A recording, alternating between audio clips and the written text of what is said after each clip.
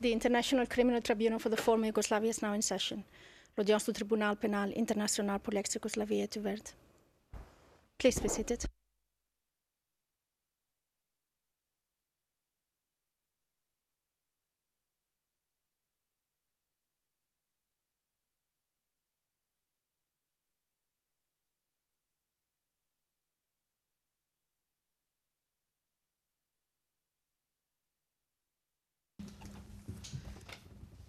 Good morning. Le président, bonjour mesdames et messieurs. Madame la greffière, veuillez appeler l'affaire, je vous prie. La greffière d'audience, bonjour monsieur le président, mesdames, messieurs les juges, bonjour à tous et à toutes dans ce prétoire. Il s'agit de l'affaire IT 0588T, le procureur contre Popovic et consort. Le président, merci. Pour le compte-rendu d'audience, je constate que tous les accusés sont présents. Je souhaite qu'il soit consigné au compte-rendu d'audience également que Maître Ostojic est absent pour ce qui est des équipes de la défense. Et est-ce que Monsieur Sarapa est là? Non, je ne le vois pas très bien. Non, il n'est pas là. Il est également absent. Maître Petrušić est là pour l'accusation. Je vois Monsieur McCloskey, Monsieur Nichols et Monsieur Van der Puy. Bien, donc, bienvenue. Nous retrouvons de nouveau. Il y a un très grand nombre de questions que nous pourrions aborder ce matin. Mais je souhaite procéder, à les aborder rapidement, le plus rapidement que possible. Et nous pourrions peut-être traiter d'abord des questions les plus urgentes et les plus pertinentes. Et puis nous pourrons aborder les autres questions dans le cadre d'autres sessions, à un autre moment. Je souhaiterais d'abord vous rappeler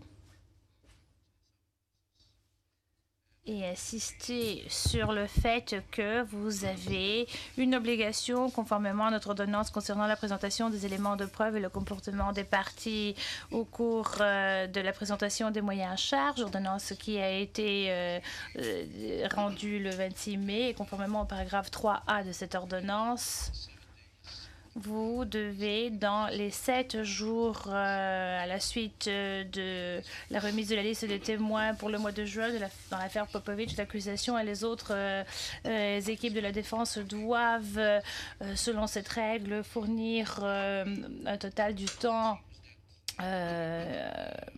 estimé pour le contre-interrogatoire de chacun des témoins.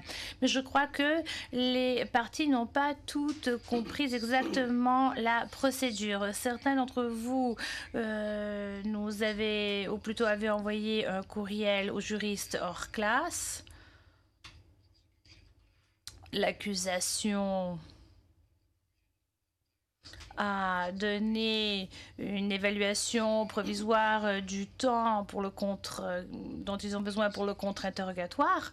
D'autres ont simplement informé le juriste hors classe sans leur donner une indication, à savoir si l'accusation en a été informée, si M. Jivanovic en a été informé, ainsi de suite. Donc nous aimerions vous demander de suivre la procédure suivante. Vos intentions doivent être communiquées par le biais d'une requête écrite. C'est ce que nous aimerions vous demander de faire avant la fin de la journée. Nous vous demandons également d'envoyer un courriel au juriste hors classe. C'est la façon habituelle de procéder. Et nous aimerions nous assurer que toutes les parties soient informées, soient dûment informées de vos intentions des uns et des autres. De nouveau, le paragraphe 3B de l'ordonnance stipule que lors de la présentation des moyens à décharge tous les vendredis avant 17 h, l'accusation et les autres équipes de la défense doivent fournir à la chambre de première instance et aux autres parties le temps total pour le contre-interrogatoire pour chacun des témoins. Maintenant, l'accusation a envoyé courriel à temps. Pour ce qui est des équipes Nikolic et Miletic, ils ont également envoyé un courriel. Pour ce qui est des équipes Borovchan-Negvero, ils ont envoyé leur évaluation dimanche, mais ceci dépasse... n'a pas été envoyé à temps. Je ne veux pas en faire toute une histoire, mais essayez, s'il vous plaît, de vous en tenir aux heures que nous avons indiquées dans notre ordonnance et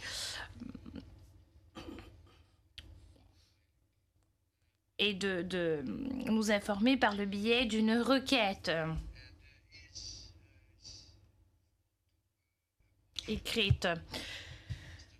Il y a également une requête présentée par monsieur ou maître Jivanovic plutôt, et j'aimerais en fait appeler cette requête la requête de la défense Popovic, conformément à l'article 92 bis.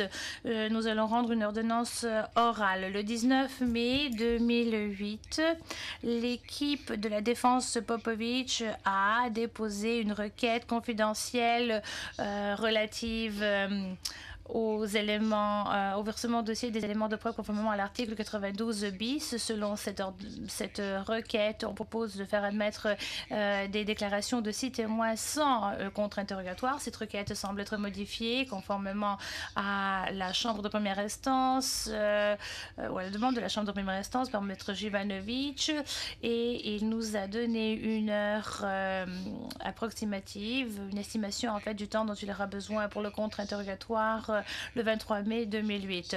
Dans ses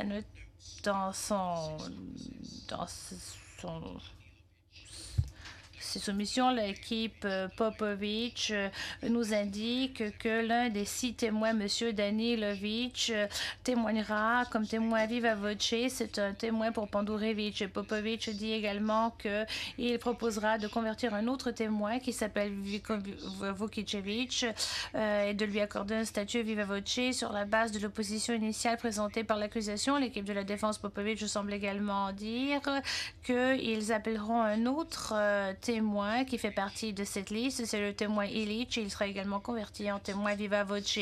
Dans sa réponse qui a été déposée le 28 mai 2008, l'accusation ne s'est pas opposée au versement au dossier des 6 déclarations, mais fait remarquer qu'elle souhaite contre-interroger le témoin Illich ainsi que le témoin Danilovic, mais ne souhaite pas contre-interroger le témoin Vukicevic. La chambre de première instance accepte la requête de l'équipe Popovic et sa notice subséquente en retirant sa requête en vertu de sa requête et son ordonnance. Son ordonnance selon laquelle on demande à l'équipe de la défense de procéder en vertu de l'article 92 bis. Et l'accusation ne fait pas opposition à l'admission de ces déclarations et ne souhaite pas contre-interroger ces témoins. La Chambre de première instance a examiné ces déclarations et estime que chacune de ces déclarations peut être déposée sans le contre-interrogatoire des témoins. Conformément à ceci, les témoins Majibrada, Vaissa, Fusukovic, Vukovic et Lajevic, ces déclarations sont admises de façon provisoire sans contre-interrogatoire en attendant le versement de ces déclarations conformément à l'article 92 bis sous paragraphe B. Maître Jivanovic, est-ce que ceci est tout à fait clair? Il vous faut suivre cette formalité avant que ces documents ne soient réellement admis et versés au dossier. Maître Jivanovic, oui, tout à fait, monsieur le président. Le président, très bien. Donc, ceci est maintenant clair. Maintenant, pour ce qui est de M. Haynes et de M.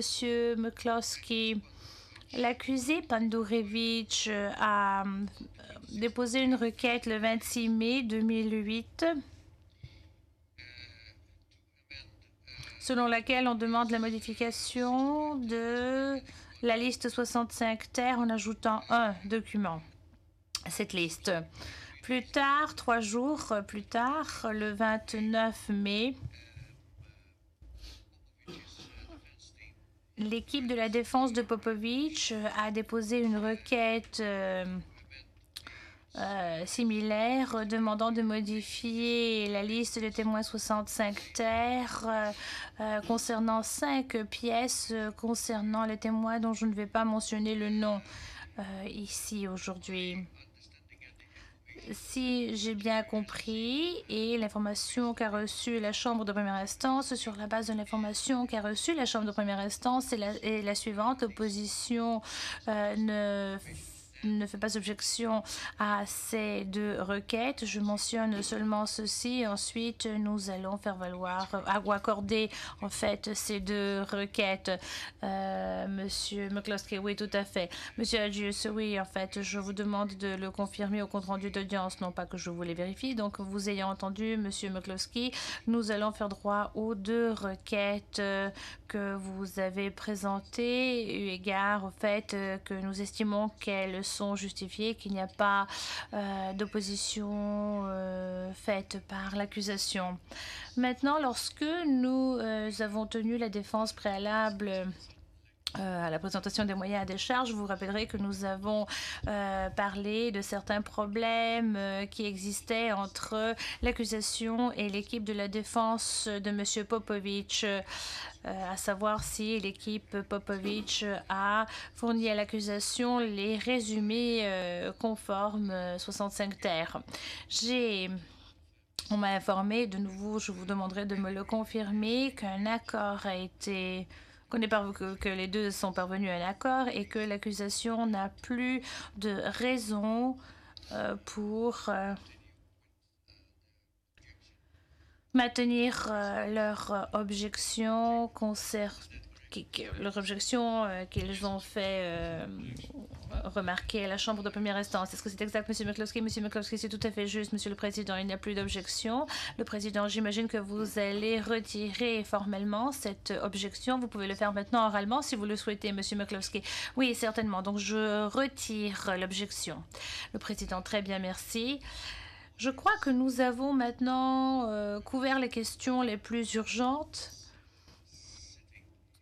qu'il fallait aborder pour cette journée, pour aujourd'hui. En fait, je vais maintenant commencer.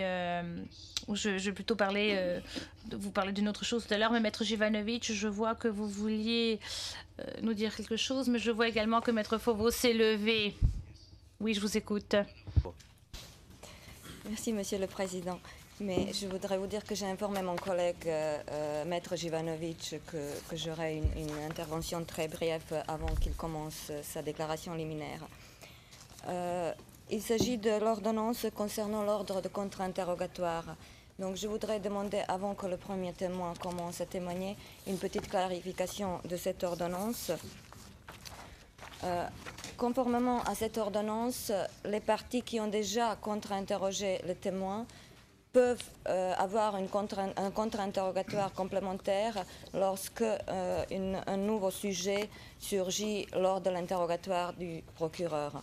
La clarification que je voudrais avoir concerne une toute petite partie, c'est-à-dire est-ce que la défense qui, après l'interrogatoire principal, dit qu'elle n'a pas de questions, et ensuite, lors de contre-interrogatoire du procureur, une question particulière concernant justement cet accusé-là surgit, est-ce que cette défense aura quand même le droit à un contre-interrogatoire après le contre-interrogatoire du procureur, même si elle n'a pas contre-interrogé auparavant le témoin?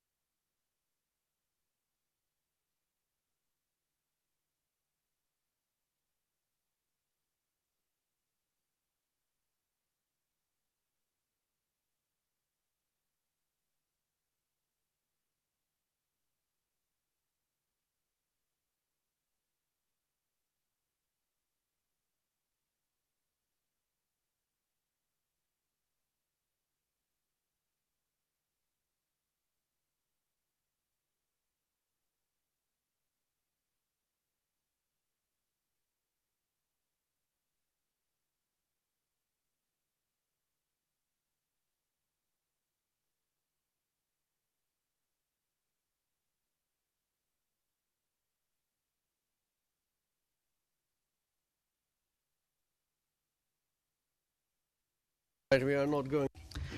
Nous n'allons pas vous donner la règle en vigueur pour l'ensemble du procès. Nous allons aborder ces requêtes lorsqu'elles se présentent et les choses seront décidées au cas par cas, c'est-à-dire à savoir si la requête est acceptée ou non. Donc, Maître Jivanovic, vous avez demandé il y a quelques semaines de faire une déclaration liminaire et vous l'avez, en fait, vous avez cette possibilité-là maintenant. Nous vous accordons le droit de faire votre déclaration liminaire, après quoi nous allons faire venir votre premier témoin. Maître Jivanovic, merci, Monsieur le Président. Bonjour, Monsieur le Président, Madame, Messieurs les juges. Au nom de la défense de Monsieur Vujadin Popovic, nous aimerions présenter les moyens à décharge. Of its evidence. Among other things, il y a certaines cette position, la position que nous adoptons, requiert de faire une déclaration liminaire.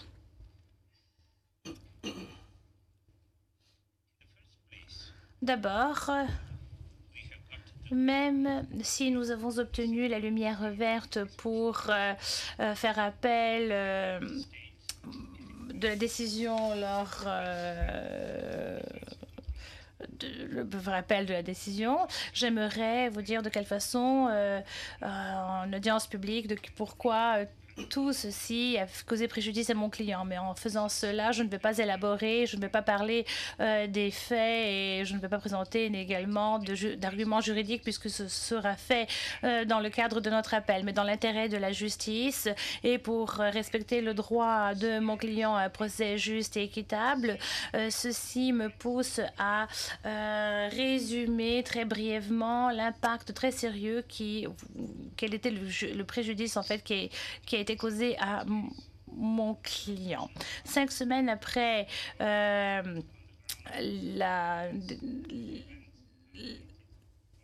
présentation des moyens à charge, l'accusation a demandé une réouverture de certains éléments de preuve sur la base de certains nouveaux faits. La défense n'était pas complètement engagée dans la préparation de ces moyens à décharge et pour la préparation ou dans le cadre de la préparation de nos moyens à décharge, l'accusation a décidé de ne pas faire de communication pendant 5 semaines. Ceci a très sérieusement violé le droit de mon client à un procès juste et équitable, et ce de 2 façons. D'abord, nous n'étions pas au courant de ceci et ceci a fait en sorte que nous ne nous sommes pas concentrés sur de nouveaux éléments de preuve. Nous n'avons pas pu nous réorganiser notre stratégie de la défense et trouver des éléments de preuve correspondants. De plus, l'accusation a décidé de communiquer ces éléments de preuve seulement après que notre défense a présenté un rapport d'experts militaires. Deuxièmement, contrairement aux autres équipes de la défense, il nous a fallu nous concentrer au cours de 3 semaines, diviser notre attention sur entre la préparation entre notre préparation et le fait de faire une requête contre ce qui s'est passé. Mais malgré tout ceci, malgré les désavantages dont nous souffrons, je vais néanmoins présenter une déclaration liminaire et je vais faire entendre un témoin. Nous allons parler des éléments de fait. Mais avant d'énumérer ces questions, je voudrais dire très clairement que notre défense ou que cette défense ne nie pas qu'un très grand nombre d'hommes musulmans avaient été exécutés après la chute de Srebrenica en juillet 1995. C'était effectivement un crime grave, punissable sous les lois nationales et internationales. Toutefois, nous rejetons très clairement que ces crimes tombent sous la définition de génocide, et c'est pour ceci que nous contestons l'acte d'accusation au paragraphe 25 de l'acte d'accusation selon lequel la VRS et les forces de la MOUP ont tué 7 000 hommes et garçons musulmans. Nous estimons que ceci ou ces allégations sont largement exagérées pour rencontrer l'une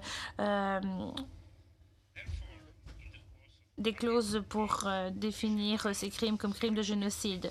Dans le cadre de notre présentation des moyens de charge, nous appellerons un certain nombre de témoins à la barre qui pourront parler de démographie. Nous aurons également des témoins médico-légaux, etc. Notre défense nie également que Srebrenica est jamais devenue une zone protégée dans le vrai sens du mot. Nous tenterons de démontrer que l'intention du Conseil de sécurité des Nations Unies, selon laquelle on a essayé de venir en aide à la population souffrante, avait été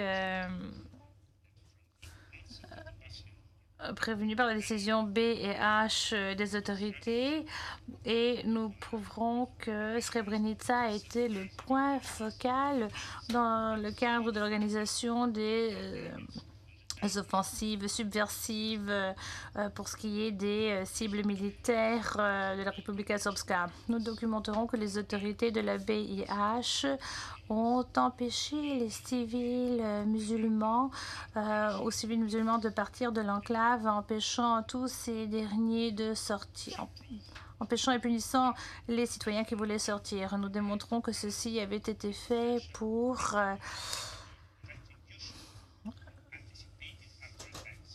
donner une rétribution pour ce qui est des attaques faites par contre les villages serbes en s'appropriant l'aide humanitaire qui était destinée à la population civile.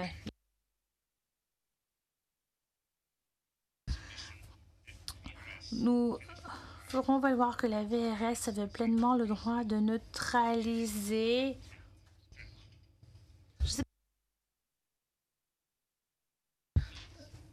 On n'a pas saisi ce que dit le Conseil. Et nous dirons également plus tard que l'opération Krivaya 95 était une opération légitime et que contre les forces ennemies, et que toutes les mesures avaient été prises pour désarmer la 28e division. Nous faisons également valoir que le mouvement des civils musulmans qui étaient déplacés à Potocari et qui ont été transportés sur le territoire de la BIH ont été le résultat d'une demande express faite par les civils qui a été communiquée au général Mladic par le bataillon néerlandais. Le refus d'une telle requête voulait dire que l'on empêchait les civils de sortir de l'enclave et serait un crime qui empêcherait ces derniers de sortir de l'enclave. En conséquence, je m'oppose avec fermeté au libellé de l'acte d'accusation lorsqu'il décrit les actes commis à Potocari comme étant une séparation des hommes et des jeunes garçons musulmans de leur famille. Nous avons démontré que les soldats de l'armée de Bosnie-Herzégovine, déguisés par le port de vêtements civils, se sont mêlés aux réfugiés de Potocari. Nous démontrerons à l'aide de documents que la VRS avait de façon très légitime le droit d'isoler et d'arrêter tous les soldats ennemis suspects, et que c'est ce qu'elle a fait. Aucune arrestation n'a eu lieu sans séparation de l'individu détenu par rapport à ceux qui restaient libres, et ceci concernait également la famille des détenus. Le libellé utilisé par l'accusation évite de dire que la VRS a arrêté des hommes musulmans à Potocari en toute connaissance de cause de la légitimité de cet acte.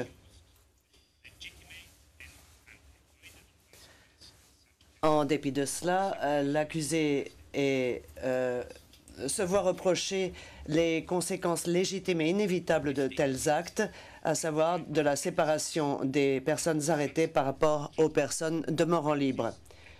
En déclarant ceci, je tiens à souligner que les mauvais traitements, exactions et exécutions de détenus qui auraient pu avoir lieu par la suite seraient des actes totalement illégaux, se corrige l'interprète, tombant sous le coup du droit national comme du droit international. Mais la mise en détention, elle, est illégale. Notre système de défense permettra également de prouver que tous les hommes musulmans de Srebrenica, dont l'âge se situait entre 16 et 65 ans, pouvaient être mobilisés dans les forces armées en vertu des lois de la Bosnie-Herzégovine. Nous démontrerons que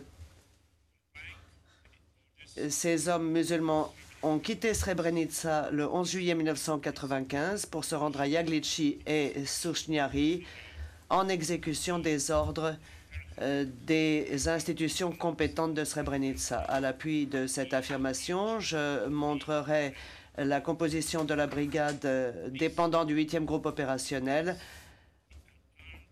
le jour anniversaire de la création de l'armée de Bosnie-Herzégovine en mai 1994. Les images vidéo de cette cassette montrent des hommes musulmans désarmés, tous vêtus de vêtements civils et répartis dans les diverses brigades du 8e groupe opérationnel de l'armée de Bosnie-Herzégovine. La vidéo a été reçue pendant l'enquête menée par nos soins de l'Association des anciens détenus dans les camps de la Republika Srpska. Et le son, la bande-son n'a pas encore été traduite.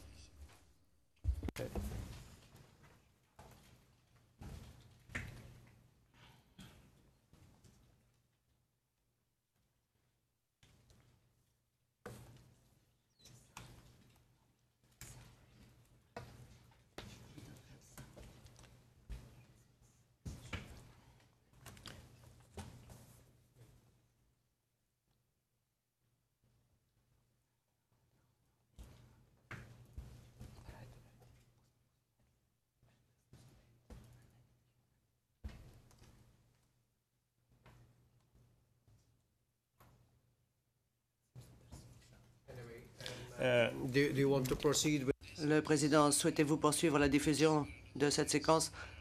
Car je pense que, en l'état actuel des choses, en l'absence de bande-son, cela n'a guère de sens.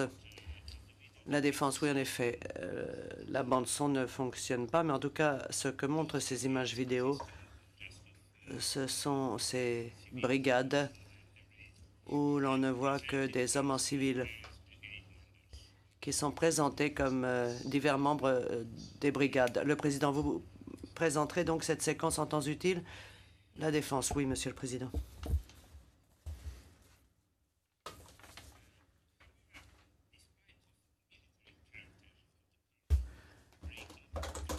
Cependant, en dépit de la nature militaire de la colonne qui a fait sa percée sur le territoire sous le contrôle de l'armée de la Republika Srpska, elle n'a pas été attaquée alors qu'elle franchissait la première ligne de défense de Srebrenica. À l'époque, ceci a démontré très clairement l'absence de l'intention de la VRS de tuer tous les hommes musulmans faisant partie de cette colonne, ainsi que toute intention précise de commettre un génocide.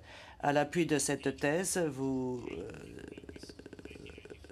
entendrez la déclaration du Premier ministre de Bosnie-Herzégovine, Hasan Muratović, lors d'une allocation prononcée par lui à l'occasion d'une séance du Parlement de Bosnie-Herzégovine tenue en août 1995, où il discute des causes de la chute de Srebrenica et de Jepa. L'ensemble de cette séance au Parlement a été enregistré sur 2 CD et je demande la diffusion d'un extrait de cette séance. Malheureusement, il semble que nous ayons encore un problème de son.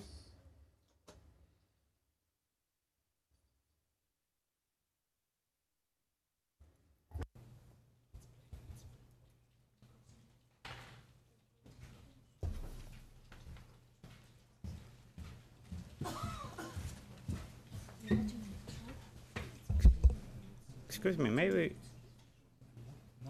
we have a very short. Mais, Monsieur le Président, est-ce que nous pourrions avoir une brève pause de 2 ou 3 minutes pour résoudre ces problèmes de son? Le Président, oui. La Défense, je vous remercie, Monsieur le Président.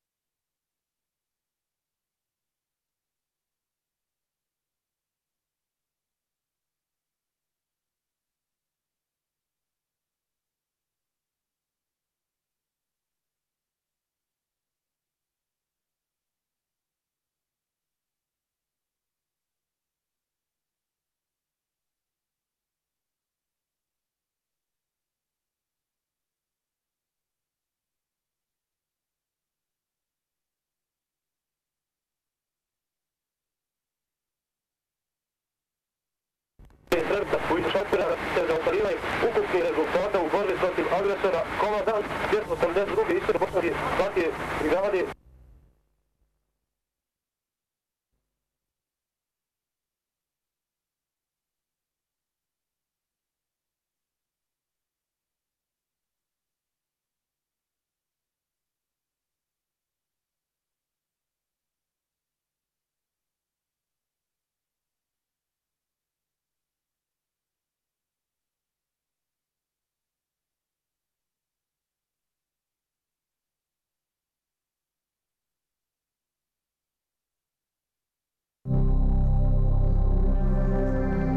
Night after night, television brought images of death and suffering from the war that Jour après jour, la télévision montre des images des souffrances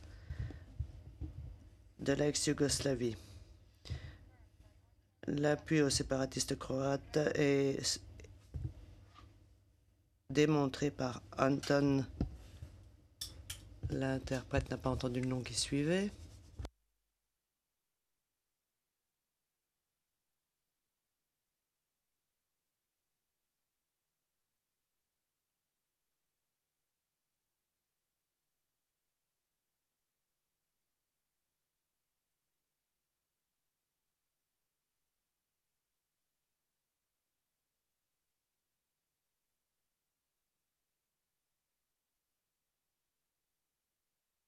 Ready to go? Yes. Président, cela va fonctionner maintenant? Maître Jivanovic, oui, Monsieur le Président.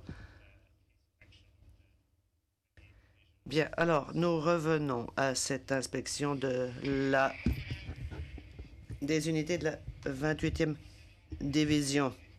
Le renforcement matériel des forces militaires pour une pleine exécution de leur mission, de leur devoir fonctionnel au sein de cette unité de guerre a atteint des résultats exceptionnels au sein des unités militaires et ceci a eu un effet positif sur le moral des hommes au cours du 2e anniversaire de la création de l'état-major des forces militaires de Srebrenica,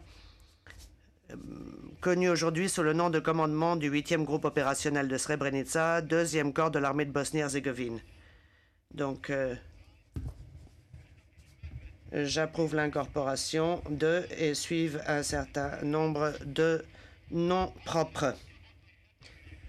L'armée de la République de Bosnie-Herzégovine, commandement du 8e groupe opérationnel Srebrenica, 2e corps de l'armée de Bosnie-Herzégovine, admet donc ces hommes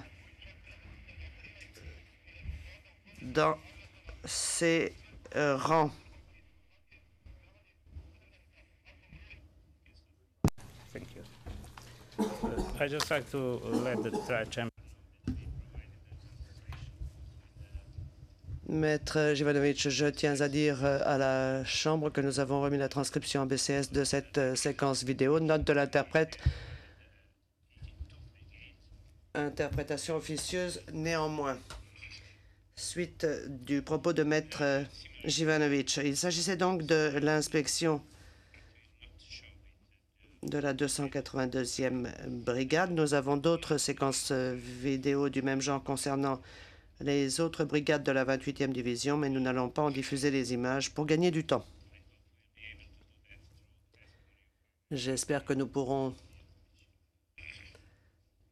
évoquer ces autres brigades par le biais du témoignage de M. Pero Mijatovic, votre enquêteur. Vidéo suivante. Il s'agit de la déclaration de Hasan Muhatovic, Premier ministre de la Bosnie-Herzégovine, à la séance du Parlement tenue en août 1995 où il parle des causes de la chute de Srebrenica et de Jepa.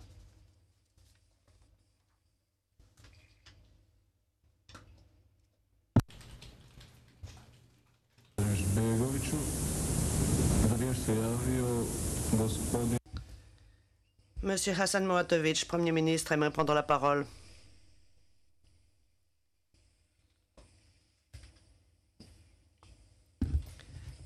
Monsieur le Président,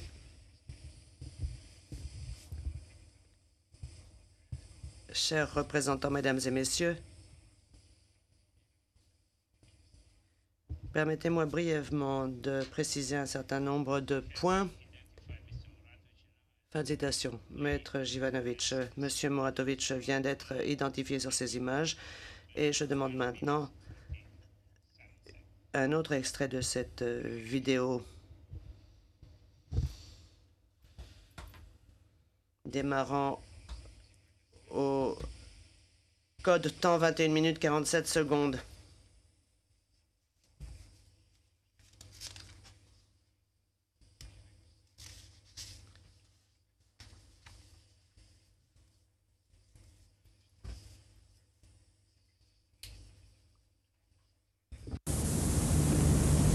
Kada su Ujedinjene nacije mogle pomoći?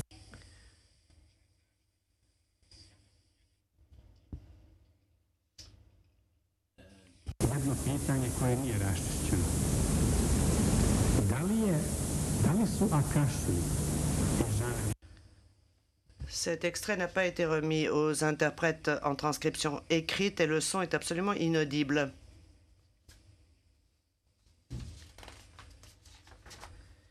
Traduction à vue de l'extrait fourni en transcription aux interprètes. Une question doit être précisée. Est-ce que M. Akashi et M. Mladic s'étaient mis d'accord pour que la population de Srebrenica parte en direction de Tuzla et que M. Mladic les laisse passer? Cette question doit être explorée à plusieurs reprises. Il a été publié dans la presse occidentale que certaines théories étaient développées par les représentants des Nations Unies selon lesquelles la population de Srebrenica devrait être autorisée à partir sans encombre en direction de Tuzla. Il y a donc de fortes possibilités qu'un tel accord ait existé. J'ai tenté auprès de certaines personnes de Srebrenica de découvrir si on leur avait parlé d'une telle possibilité, car un fait existe bel et bien, à savoir qu'aucun coup de feu n'a été tiré sur notre population alors qu'elle sortait du premier cercle de la région entourant Srebrenica. Fin de citation. Maître Jivanovic, M. Muratovic corrobore une autre thèse de notre défense au sujet des conversations enregistrées. Et j'aimerais donc demander la diffusion de la même vidéo à partir du code temps 16 minutes 5 secondes. Notre armée possède un grand nombre de cassettes audio, des cassettes montrant des images d'exécution et démontrant l'existence d'ordres intimant au groupe de se déplacer en direction de Tuzla. Elle possède des communications interceptées dans lesquelles on entend des ordres demandant l'arrivée d'engins pour creuser des fosses communes. Fin de citation. Maître Jivanovic, je vous remercie. Cette déclaration corrobore manifestement notre affirmation selon laquelle les autorités de Bosnie-Herzégovine étaient en possession d'enregistrements audio datant de l'époque où l'on trouve des conversations interceptées. Mais les autorités ont refusé de remettre ces éléments à ce tribunal pour éviter de saper à sa base la fiabilité et la valeur probante des conversations interceptées versées au procès de cette affaire-ci, ainsi que d'autres affaires relatives à Srebrenica. Nous avons contesté nombre de conclusions de l'expert militaire de l'accusation, Richard Butler, grâce à pas mal de témoins, à des pièces à conviction, et nous démontrerons l'interprétation faussée faite par votre expert militaire des éléments de preuve relatifs aux événements de Srebrenica en juillet 1995. Enfin, nous avons découvert que le contexte des événements de Srebrenica de juillet 1995 est incomplet et mal interprété. Le premier exemple de cette mauvaise interprétation se situe dans la détermination des 6 objectifs stratégiques qu'aurait eu la population serbe de Bosnie-Herzégovine. Nous prouverons que ceci se résumait en fait au plan de l'Union européenne et de son représentant diplomatique portugais, M. Coutilheiro, qui voulait empêcher la guerre en Bosnie. Nous prouverons que ces objectifs n'avaient rien de criminel, mais ont été intégrés à l'accord de paix de Dayton, document qui a permis de mettre un terme à la guerre en Bosnie. Tout ceci sera précisé grâce à notre premier témoin, M. Momcilo Krajišnik. Je sais que le contexte dans lequel se situent les actes faisant viser ce que je l'interprète à l'acte d'accusation n'est pas le principal centre d'intérêt de la présente affaire. Cependant, ces éléments sont très significatifs pour permettre de mieux comprendre et de mieux apprécier globalement les événements visés à l'acte d'accusation. En raison de cela, il importe de présenter rapidement les éléments relatifs au contexte qui peuvent être pertinents. En conséquence, nous traiterons rapidement de ce point sans rentrer dans des analyses trop approfondies, pas plus que dans des polémiques au sujet de détails. J'ai décidé de présenter ainsi la thèse de la défense grâce à la diffusion d'un certain nombre de séquences vidéo courtes tirées de DVD figurant sur notre liste de pièces à conviction. Je ne présenterai pas toutes les vidéos ce matin afin de ne pas faire perdre du temps à la Chambre, mais ces vidéos seront versées au dossier. Et pour déterminer le contexte, je soutiens que les causes qui ont provoqué la guerre en Bosnie ne sont pas négligeables. Cette question sensible et complexe est résumée dans les meilleures conditions dans les séquences vidéo qui figurent sur notre liste de pièces à conviction, notamment la séquence intitulée « La guerre qui pouvait être évitée ». Cette séquence a été divisée en 32 chapitres dont chacun décrit une étape de la guerre dans l'ex-Yougoslavie. Cette vidéo explore les causes de la guerre, la responsabilité de ses principaux acteurs et comporte les déclarations de nombreux diplomates, représentants politiques, journalistes et officiers de l'armée des États-Unis, du Royaume-Uni, de l'Allemagne et de l'ex-Yougoslavie. On trouvera tous les détails relatifs à cette séquence et à ces différents chapitres à la fin de chaque chapitre. Malheureusement, on m'informe à l'instant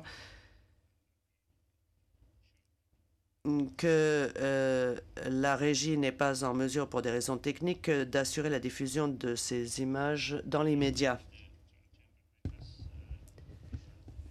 Avec l'autorisation de la Chambre, nous demanderons donc à ce que ces images soient diffusées après une pause. Le Président, vous souhaitez une pause, monsieur? C'est bien. Maintenant, c'est bien cela? Maître Jivanovic, oui, monsieur le Président. Le Président, très bien.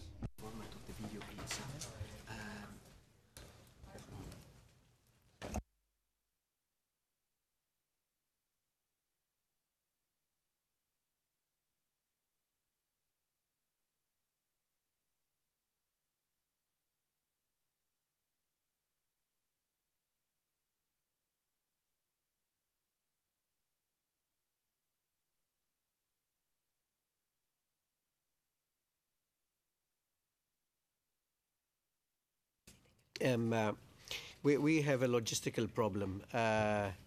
Nous avons un problème logistique dans la mesure où nous avons planifié d'autres choses précisément pour que ça coïncide avec la suspension de l'audience qui devait avoir lieu à 10h30. Donc nous ne pouvons pas le faire maintenant parce qu'il est trop tard. Nous avons un engagement à 10h30. Combien de temps vous faut-il, pensez-vous, pour régler le problème ici, Zivanovic? J'espère de 10 à 15 minutes. Le Président. Bien, écoutez, nous allons donc prendre encore 10 à 15 minutes maintenant, vous donner 10 à 15 minutes maintenant sur point d'interprète pour que vous puissiez régler la question. Nous poursuivrons, nous arrêterons à 10h30 et on essaiera de récupérer le temps perdu par la suite. Maître Zivanovic, merci, Monsieur le Président. C'est suspendu. C'est ridicule. C'est ridicule. Il ne va pas nous faire...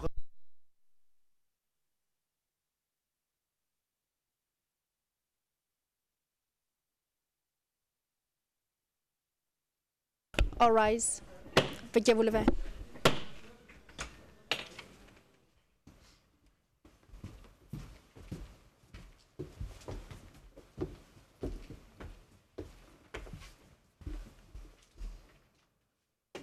Please be seated.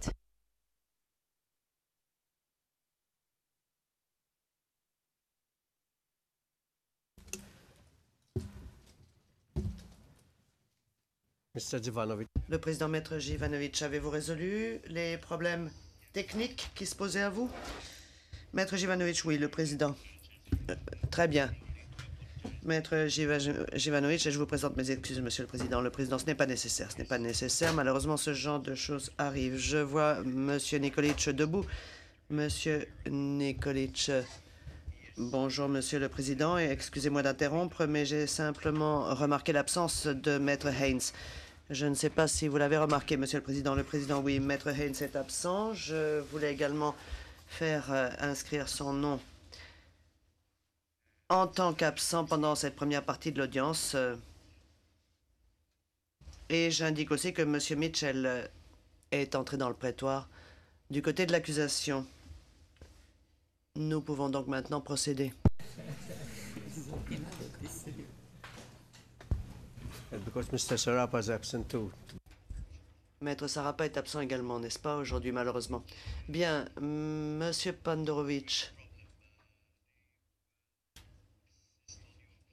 Maître Pandorovitch, se corrige l'interprète. Ne, gospodine. Correction de l'interprète. Monsieur Pandorovitch, nous avons là un problème. Est-ce que vous insistez pour que votre conseil soit présent? L'accusé Pandorovitch, non, Monsieur le Président. Le Président, très bien, merci. Eh bien, procédons. Maître Jivanovic, vous avez la parole. Maître Jivanovic, merci, Monsieur le Président. Les séquences vidéo que nous allons diffuser maintenant résument notre position quant au contexte dans lequel se situent les événements visés à l'acte d'accusation relatif à Srebrenica. La première séquence est une séquence tirée de la vidéo « La guerre qui pouvait être évitée ». Nous diffuserons l'extrait qui commence au code de temps 13 minutes et 5 secondes. Cette séquence présente les déclarations d'un journaliste britannique bien connu, Madame Nora... L'interprète n'a pas entendu le nom de famille, ainsi que de l'ancien secrétaire d'État américain, Monsieur James Baker.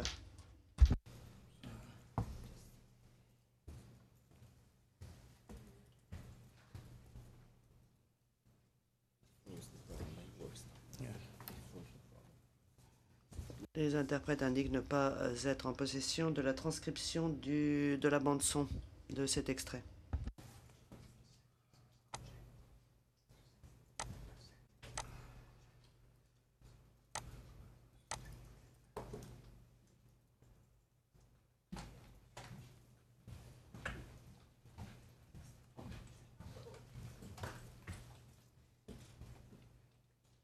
The West should have recognized that until there was an agreed arrangement for a dissolution of a state which had been Yugoslavia, and which might take years or decades or perhaps be impossible. Until then, it had to be recognized these... Pas d'interprétation, par conséquent, en l'absence de transcription écrite de la bande-son. Leaders still believed that Slovenia and Croatia could be separated from Yugoslavia without a wider war. The Americans strongly believed otherwise. Because we said if Yugoslavia does not break up peacefully, there's going to be one hell of a civil war. It nevertheless broke up non-peacefully. It broke up through the unilateral declaration of independence by Slovenia and Croatia and the seizing by these two countries, republics, of their border posts, which was an act of force and which was an act that was in violation of the Helsinki principles. But the European powers and the United States ultimately recognized Slovenia and then Croatia and then Bosnia as independent countries, as and admitted them to the United Nations. The real problem was that there was a unilateral declaration of independence and a use of force to gain that independence rather than a peaceful negotiation of independence, which is the way it should have happened. We can stop here. And we can move to 47. Nous pouvons maintenant passer à la séquence dont le code temps est 47 minutes 16 secondes. On y voit le diplomate britannique Lord Carrington qui s'exprime. Il a également participé à la recherche d'une solution politique à la crise yougoslave. Commentaire de l'interprète, pas de transcription écrite de la bande-son, donc pas d'interprétation en français. And then the Muslims, who had a very much higher birth rate than the Serbs, became the predominant, the majority population. And this, of course, was something very hard for the Serbs to swallow. And they made it abundantly plain very early on that they were not prepared to accept a situation in which there was an independent Bosnia under the constitution which then prevailed. And indeed, under the constitution which then prevailed, it was illegal for Izetbegovic to declare independence, because any constitutional change of that magnitude had to be agreed by all three parties. Privately, We can stop here. The next clip from the same. Maître Jivanovic, séquence suivante de la même vidéo. Elle présente une partie du plan Cutiliero pour rétablir la paix en Bosnie. Code temps 50 minutes 55 secondes, pas de transcription écrite, donc pas d'interprétation vers le français. norms. For a government to be recognized, it must be in full control of its territory. It must have clearly established borders. It must also have a stable population. Not a single one of these essential conditions existed in Bosnia in February of 1992, when Zimmerman made his recommendation. U.S. intelligence analysts predicted that recognition would lead to war.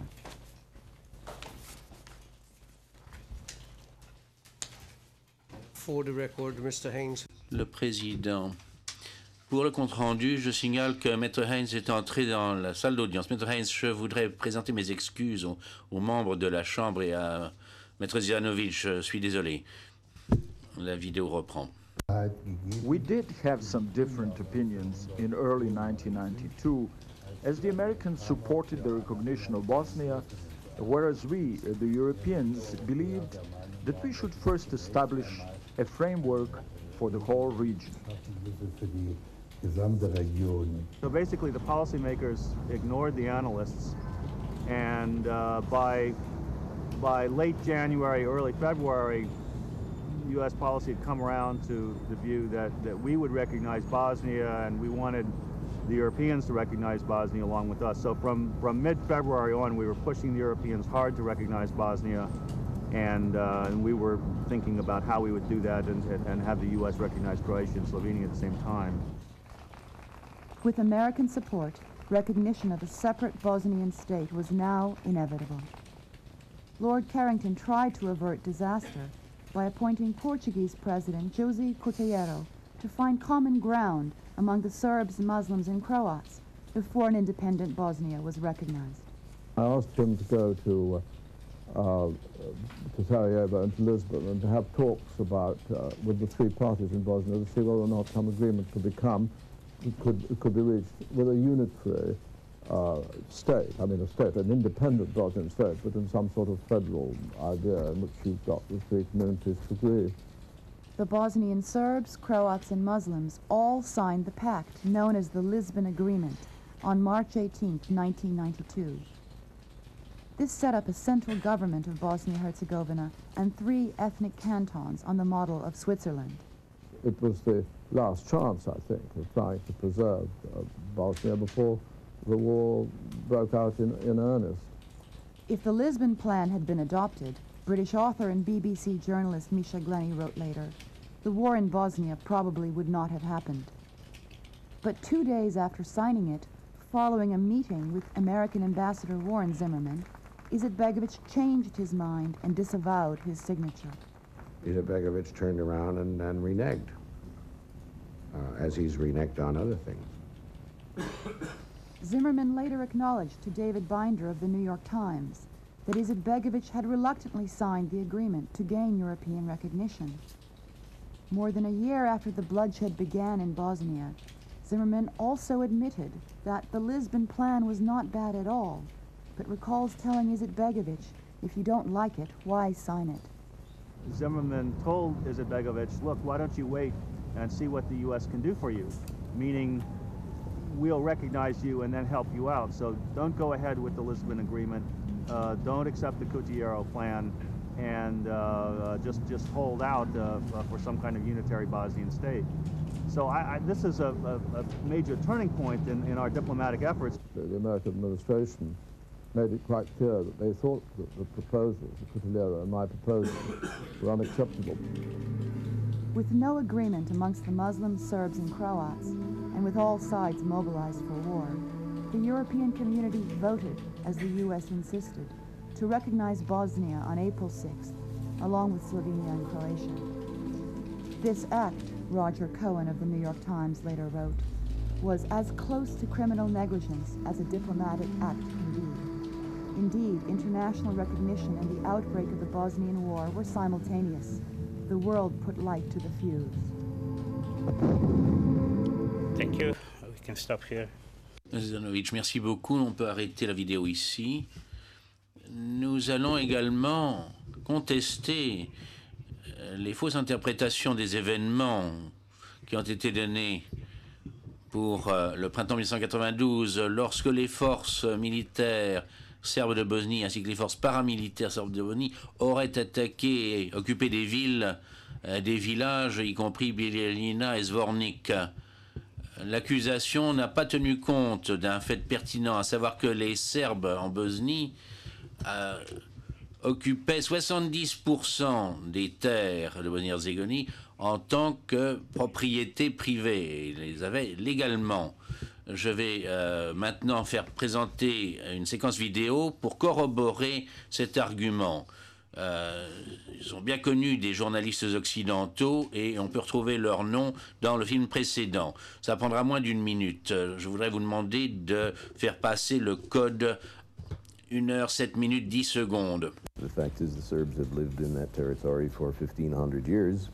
The fact is they are farmers and they are spread all over the landscape, so they have always been on 2/3 of the landscape.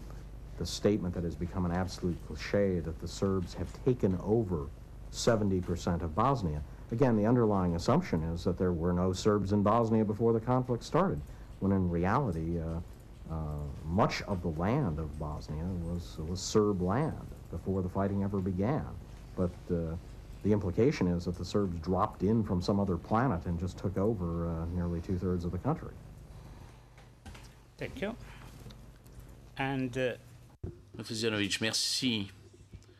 Et la dernière séquence vidéo est un bon exemple de fausse information avec un gonflement des chiffres des victimes. Ceci a trait à une autre enclave en Bosnie orientale qui relevait de la responsabilité de Gornja Drina. Je vais vous demander de vouloir présenter, s'il vous plaît, la séquence avec le code horaire 1 heure 43 minutes et 50 secondes. Against Bosnian Serb targets near Gorazde. With help from an American military advisor, Muslim forces launched attacks against 6 Serbian villages around Gorazde. When Serbian forces responded, American television broadcasts portrayed fighting around Gorazde as if it were an unprovoked attack on a safe zone. The Serbs punished Gorazde throughout the day. At one stage, shells were raining down at the rate of 1 every 20 seconds. Shells are now dropping at random into the city center. The hospital has taken direct hits on this roof. There was a dramatic transmission from a ham radio operator supposedly based in Gorazde. Upravo ovog trenutka bolnica se granatira iz 3 pravca, tako da više ne možete izbrojati broj granata koje padaju na bolnicu. Sve okolni objekti oko bolnice, stambeni objekti. U.S. President Bill Clinton and Bosnian government Vice President Eyüp Ganic urged UN Secretary General Boutros Boutros-Ghali to authorize airstrikes against the Bosnian Serbs. NATO airplanes did indeed launch a limited airstrike against Serbian targets. But further airstrikes were called off by Commander Michael Rose, who realized that Muslim forces had manipulated UN agencies with false casualty and damage reports. Instead of 2,000 people injured and 700 people killed, fewer than 200 people were injured. Instead of the hospital being destroyed, only 1 shell had passed through the roof. As he flew by helicopter into Gorazde following the fighting, Rose was asked about U.S. satellite reports that nearly every house in Gorazde was damaged. Yes, practically every house in Gorazde has been damaged, but most of the damage to Gorazde was done in the fighting that had taken place some 2 years before, when the Bosnian government forces drove the Serbs from this town. And there were 12,500 Serbs at that time living here, and they were all driven off. The way to distinguish a house that's been damaged by fighting, where a shell has hit it, and a house that's been damaged by ethnic cleansing, is if it's got no roof, no doors, no window frames, and nothing in the house at all, and there are burn marks up it, and bullets spread around the walls. That is the house that's been damaged by ethnic cleansing. a house that's been damaged by shelling has a shell hole in it, and there are still people trying to live in that building with their furniture because they've got nowhere else to go. That's something you can't see from satellites. And of course, at that time, the international image of what had happened in Garazza was very different from the reality. What was dangerous was that policies were beginning to be put together on both sides of the Atlantic about what we should do in Garazza, but these policies were being put together on totally flawed information. According to respected British military analyst Jonathan Ayal, the ham radio operators whose live reports were carried on American television networks were not even based in Gorazde. Thank you. Zanovic, merci. It is my submission. Je voudrais donc dire que le contexte le plus important et réel des événements contenus dans l'acte d'accusation sont les atrocités qui ont été commises par les forces musulmanes en Bosnie orientale depuis le tout début de la guerre, au début du printemps 1992, et ce jusqu'au début de juillet 1995, lorsque l'opération Krivaya a été lancée. Nous avons réuni 25 vidéos qui illustrent les crimes, qui démontrent les crimes qui ont été commis dans les villages autour de Srebrenica, Bratunac et Vlasenica, de façon à illustrer notre propos. Et je ferai présenter quelques séquences vidéo, bien que nous ayons l'intention de les présenter toutes comme éléments de preuve par notre enquêteur, M. Perrault, qui les a fournis pour le compte de l'association des anciens prisonniers du camp de la Republika Srpska. Ces documents ne sont pas traduits, donc je m'efforcerai de choisir les parties les plus pertinentes où les images se passent de commentaires. Veuillez présenter, s'il vous plaît, la séquence. Ubijeno je naopako još dvoje djece, jedno od 4 godine, drugo 9, a 10 godina. Brat i sestra.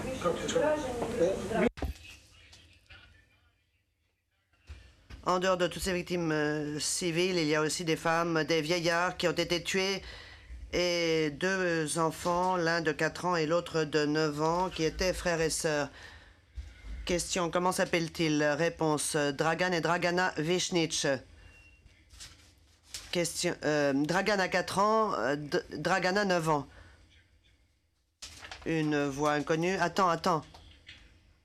Autre voix. Oh, mon petit bébé.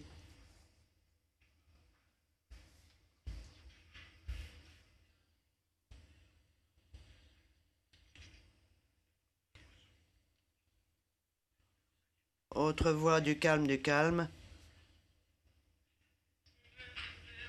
Autre voix.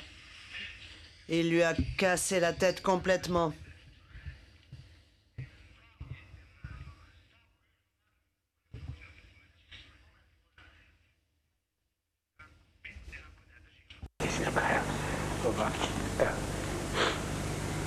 Udarno je čitavu glavu razbilo.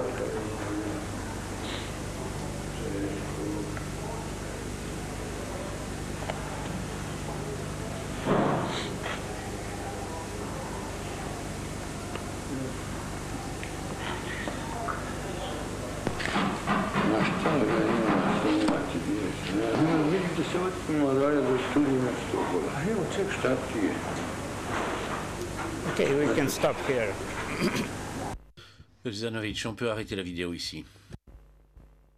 The second video clip shows the burial. La deuxième séquence vidéo montre l'enterrement à Vlasenica des victimes qui ont été assassinées vers la fin de septembre 1992. Cette vidéo est la deuxième des CD qui montre ce qui s'est passé après l'attaque.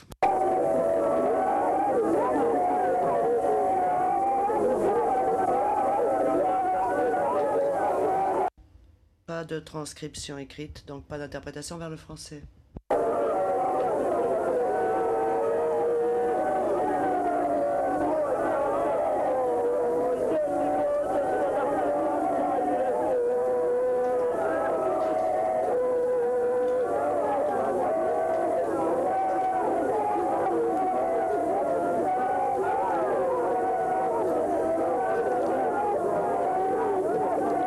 stop here, thank you.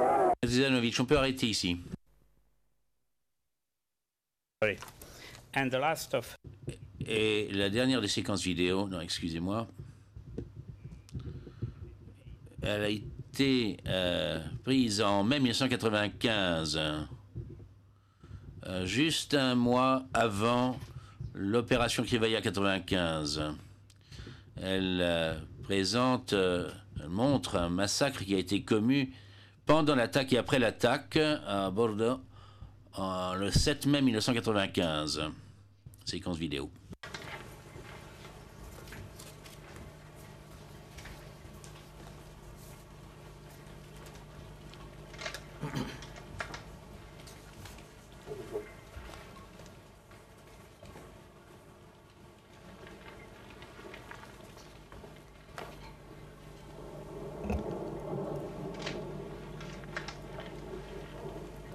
We can stop here, thank you. Zanovic, on peut arrêter là, merci. Thank you, Your Honor. Merci, Monsieur le Président. Merci, Madame et Messieurs les juges. Nous en avons terminé. Enfin, j'en ai terminé pour ce qui est de ma déclaration liminaire. Et la défense est maintenant prête à citer son premier témoin, Monsieur Momchilo Kraïsnik. Je vous remercie, le Président. Bon, je pense qu'avant cela, nous allons avoir une suspension d'audience et nous nous réunirons à nouveau